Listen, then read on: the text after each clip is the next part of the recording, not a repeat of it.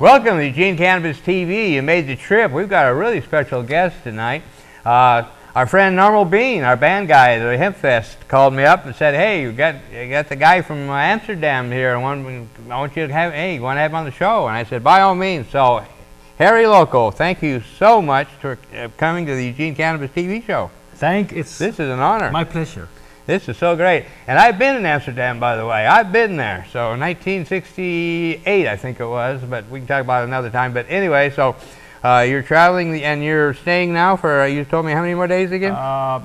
Wednesday is the day off. So. Wednesday, and then he's off again. Going to be going all over. You talked about Germany. You know, I was in Germany. I mean, we've been some places together. I mean, not together, but I mean, we've both been in the same places, I guess, somewhat. Absolutely. But yeah, that's great. And so Harry was talking, he's had quite a bit of experience with musicians and stuff. He's a musician himself, which he was going to play for us in here a little bit.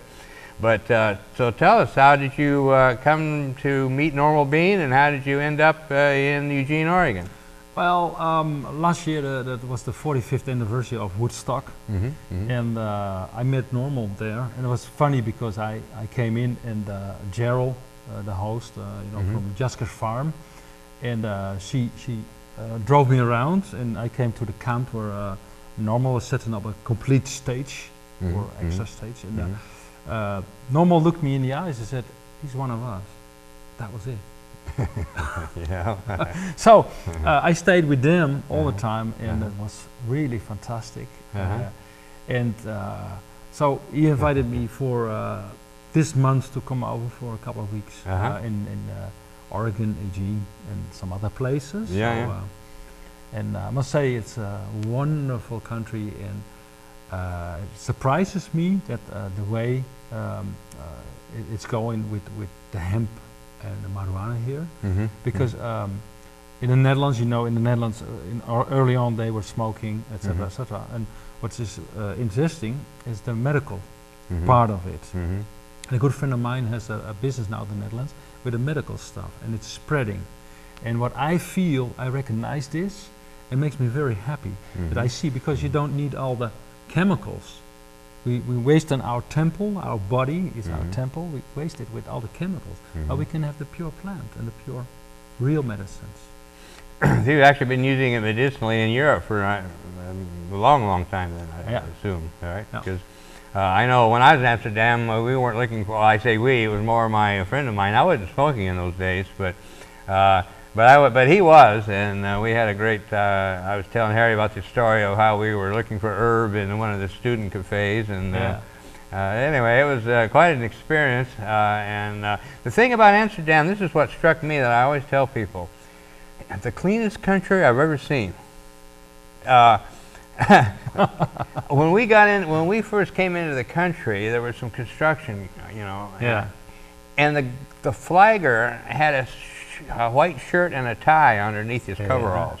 I thought, wow. But the cleanest city, got some other idea. Oh yeah, really? Oh yeah. The times are changing. I bet. Oh yeah. Well, I know. Now it was interesting because we always thought of Amsterdam and cannabis use, and then for a while they actually outlawed foreigners. He said foreigners couldn't do it, or is that still? Well, there's the issue at this point. They think there's too much foreigners, Belgium and Germans, because we have the borders over there. That they come in and buy the stuff, and now they want to try to cut that line off. Oh, okay. But in the Netherlands, a lot of people said, "Don't worry, we take care of you. You will get it." So. Yeah. So yeah, supply and demand. So if somebody wants it, it's going to get there. So the policy then is kind of, what? It's kind of weird then. I mean, or it's kind of permitted, but not, or not. The back door is illegal, which is strange. It must be coming from somewhere. And then in the shop, it's getting legal, and you just go in the shop, and there's just I saw something in the paper here, mentioned the whole list of things you can buy, and it's in what we call a coffee shop. Nothing to do with coffee, only with a good time, which is coffee also. And then you can choose. I was a bass player of Finland. I tour a lot in Finland, and I took him, and he said, "I want to go to to the coffee shop, and he was laughing because there was this whole list of high, very high, and low, and the last one was dead, you know. And it's all legal. It's all legal. Wow. Yeah. Yeah. Well, I was there in '68. It wasn't legal, but we found, at least my friend did, found some in the one of the cafes, and. I remember at the time looking, I was telling Harry, it was in a little matchbox, literally a little matchbox. You slide it open, and I remember it was a lot of stems and seeds. It didn't look all that good. I mean, I didn't know anything about pot, and I didn't think it looked all that good. But my friend told me later that it was pretty good. So I said, well, you know, okay, that's good. By the way, he was from New York City, and he said he was going to join the police force. And the reason he wanted to get on the drug drug enforcement because he said that's where the good drugs are. Okay, cool. Well, nowadays things have changed, you know. And I know, some drug dealers, and they're selling even a washing powder, you know. Oh yeah. And stuff from camels. Yeah. Oh yeah. Oh wow. Yeah, we'll not use that S word, but yeah. Now, are they having a problem with synthetic marijuana over there, like they are here? What do they? I can't remember what they call it, but no, I don't know about that. You haven't heard about it? No, Okay. I know about the pure plants and synthetic stuff. No, the government in the Netherlands, they are at the point that they want to produce themselves. Then we have to be very careful what they produce, and then not put GMO stuff in and that kind of things. So, but till now, we're running, you know. But I think America's going faster at this point. Yeah, it's definitely. I like to, as far as the United States anyway. I've been saying for a long time, the cat's out of the bag and it's not going back in. No. Well, listen, if you see what I tell you, this friend of mine in the Netherlands, he has this store and he's supplying all over Europe, and he makes the Rick Simpson oil, and he has some amazing results, really amazing. Oh, wow. Yeah. It's really, you got tears in your eyes if you see what it can do. People who are already said, doctor says, okay, you got 6 weeks, you know, and 1 year later they are still there, and they say, I'm free, I'm clean, you know, I don't, you know. It's amazing because I started out 20 years ago just to legalize it for personal use. That was where I was at, and then the medical became more and more aware of what it was doing medical, and of course the medical got bigger and bigger, and then we ended up with the medical law. But yeah, it's always amazed me, like you said, and the thing is that people that are anti, or at least don't believe in marijuana, will call it anecdotal evidence. They'll say, well, there's no research that'll prove that, it's all anecdotal. And to me, anecdotal is like another way of saying it could be all in your mind. Well, and I tell them, I would challenge you to talk to the patients I've talked to and try to tell them that it's all in their head. Yeah, but you know, if it's only in the mind, so what? Well, it's working. That's true. Yeah. And I heard about one guy, and he was really like a war on drugs, you know. Then his wife got seriously ill, and he made a turn. Oh yeah. Yeah, I haven't had any phone calls in quite a while, but in the past I have gotten phone calls from people that are more in my age and never thought they'd ever had anything to do with pot in their lives, and then they come up with some malady, and then they find out about pot, and they try it, and then they are amazed, and they turn into advocates. But at the same time, they're feeling uncomfortable because it's kind of pseudo-legal and not legal, and then you got society and the view, and it's just a real maze, you know. So a lot of people are really having trouble trying to be comfortable with it, you know. Yeah, I know. So that's why I love doing what we're doing. We're putting it out there. Let's talk about it, throw it out there. Hey, it's a plant. It's all about a plant. Wake up, people. And by the way, I'm using myself. I have the Rick Simpson oil. To maintain my body, I take every half year, 3 days in a row, 1 drop. You know, the drop from Rick, and I do it just to clean up my body. It works perfectly. Oh yeah, wow. My wife too, by the way. So, Excellent. Yeah, and the thing that amazes me is it's like topical. Topical, it does incredible things. My wife isn't a big believer in this whole issue, but through work, she was having a back problem, getting intensive pain. I couldn't get any comfort. And I just heard about this lotion that this lady had asked me to help her with get the word out about it, you know. And then I never heard from her again. But anyway, I went and bought the product. I actually went to the dispensary, $30. Yeah.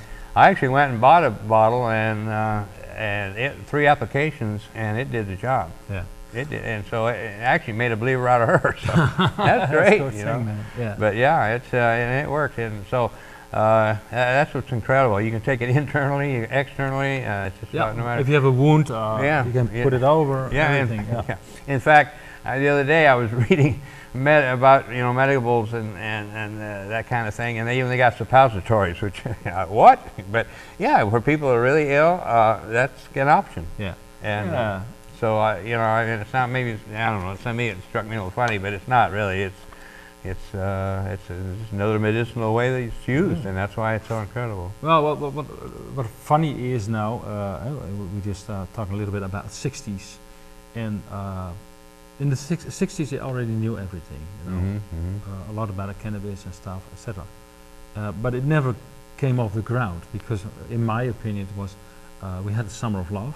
First, we had a be-in, the 14th of January '67.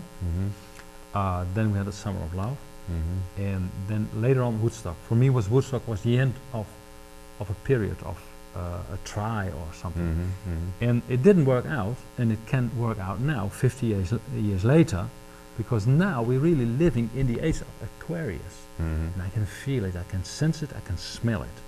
It's fantastic, really good. Yeah, times are changing. I just wrote to somebody today and said, this is really interesting times to be in, to see this happening, Yeah. I saw, for instance, the value of pot, 300 plus an ounce just a few years ago, and then dropped to 140, 150, and amazing, just amazing.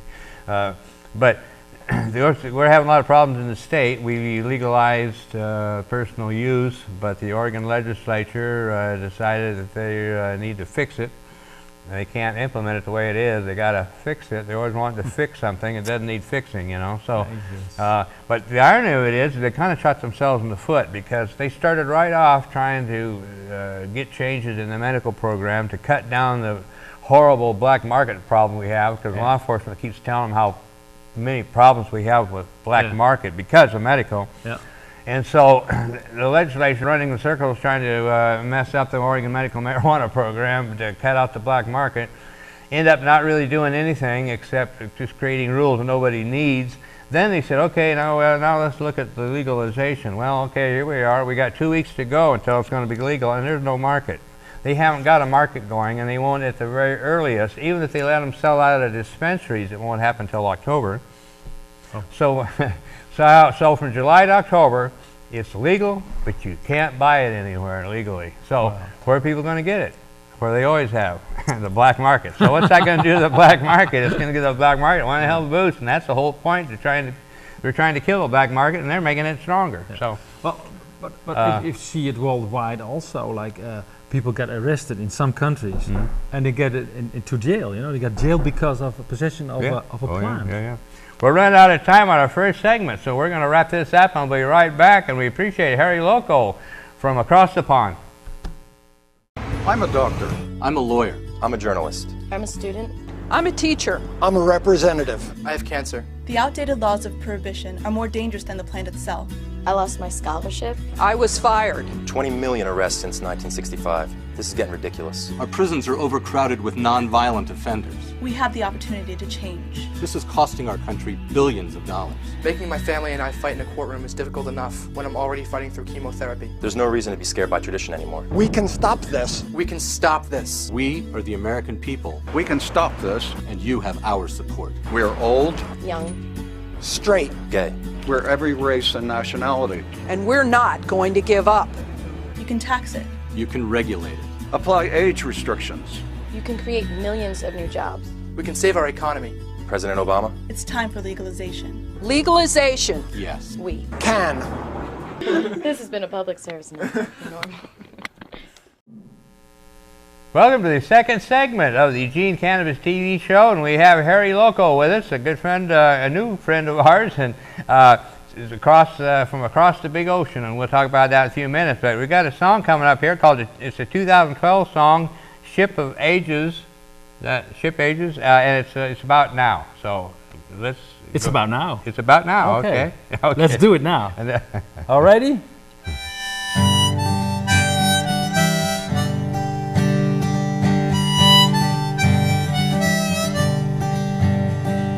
Up to 2 or 12. It's time to search for yourself, to find out who you are. You are a star. The mystery yet unfolds is about to be told.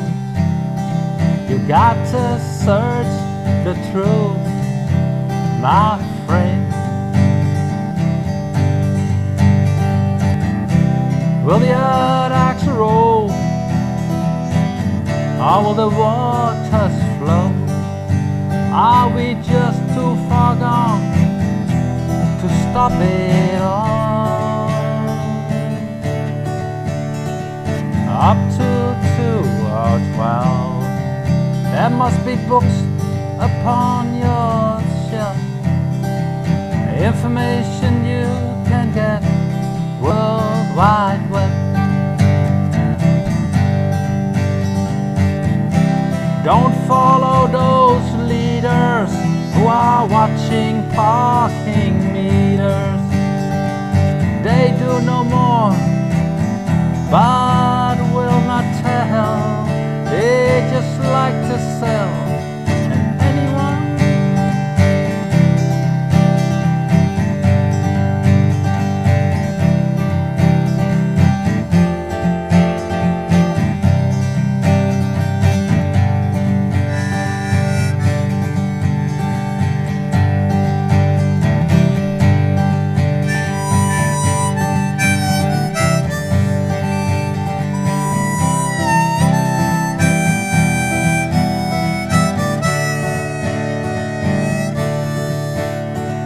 up to 2 or 12. It is time to search for yourself, to find out who you are, a rising star. A minute to 12, you got to ask yourself, what is it I can do to find the truth? So may the earth axe roll, or will the waters flow between you and me? You hold the key.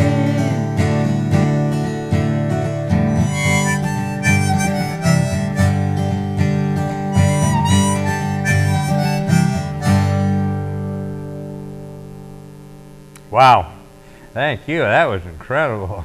And what's really neat is we got that on our show. We got that on video. So very great. And tell us about the song. Well, the song is 212. The song 212 is the shift between Pisces and Aquarius, and I got involved with Mr. Michael Bowen. He was the guy behind the Summer of the Bee in '67.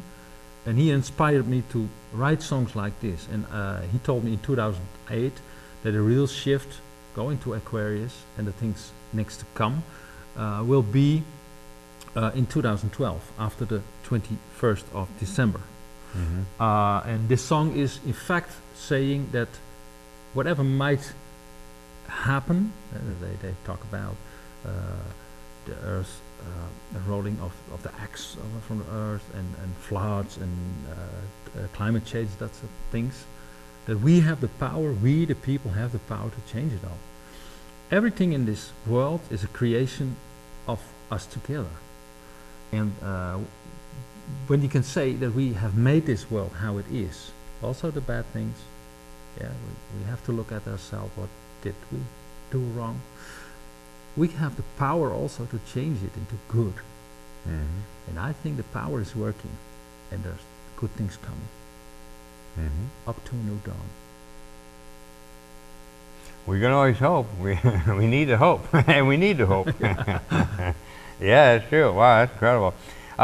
So you mentioned when we first, before the show was on, you mentioned that you've been in the music scene in Europe, and so give us a quick rundown on that and a little bit of experiences of that. I mean, I know it's a general question, but yeah, well, it's more or less a simple twist of fate, number from Bobby Dylan, what I often like to play. And I went to the streets of London. I broke up of my friend broke up with me. We had a duo playing together in Dutch language, but I always had the desire to sing for the world, so sing in English. So I went to London, and straight from the beginning, mysterious things, magic things happened there. And because you have nothing, you know what's going to happen, so you just let it happen. And that's a very nice line. I want to keep it in here, because it's coming back all the time, the so-called coincidences. Somebody should arrange some concert for me, and he didn't, but he said, okay, I'll show you the neighborhood. So we went down there, and there was this club, Troubadour, and we went inside, said, oh, this is famous, this Troubadour. And Bob Dylan had his first performance in Troubadour. When I heard that, in the break of the band, I say, oh man, my guitar is 10 minutes away. Can I maybe play a Dylan song? And guess what? They say, well, listen, we just have this meeting, this gathering, because we don't know how to finish the show. We haven't songs enough, which is crazy, you know. And never let somebody who's just popping in and just show, but it happened. So I had my minutes of fame on the stage, and then it was rolling. People say, you have to go there, and it was like click, click, click, and it happened. And the same week, I met Brian of Westminster. Brian just set up his stuff in front of the House of Parliament in London, the Big Ben, and he said, stop killing babies. It was a new kind of protest. It was protest art. And he stayed up 24/7 in a tent, and he became a good friend, and that was my London connection. So I went on many times to London doing concerts, etc., etc. Meanwhile, I got connected to Finland, so I do a lot of concerts in Finland, and well, you know what, it goes. You go to Germany, France, Belgium, Netherlands. I did some great gigs with Eric Burden, the Animals. 2013, I met Melanie Safka. We did one song together on stage in a theater. Well, the 45th anniversary of yeah, and so on and so on. But for me, it's important. My inspirators, like Brian. Brian stood there and was 10 years on the pavement. He passed away 2011. And in 2008, Michael Bohm came in sight, so I learned a lot. I learned a lot from those people, and it's everybody comes to me. Some people come to me, not everybody, but and they give me something to go for, and I'm forward more or less the message, and I feel like a messenger, like musician, more performer, and all the things that I discover, I share with the people with my music. So, and my lyrics are most important.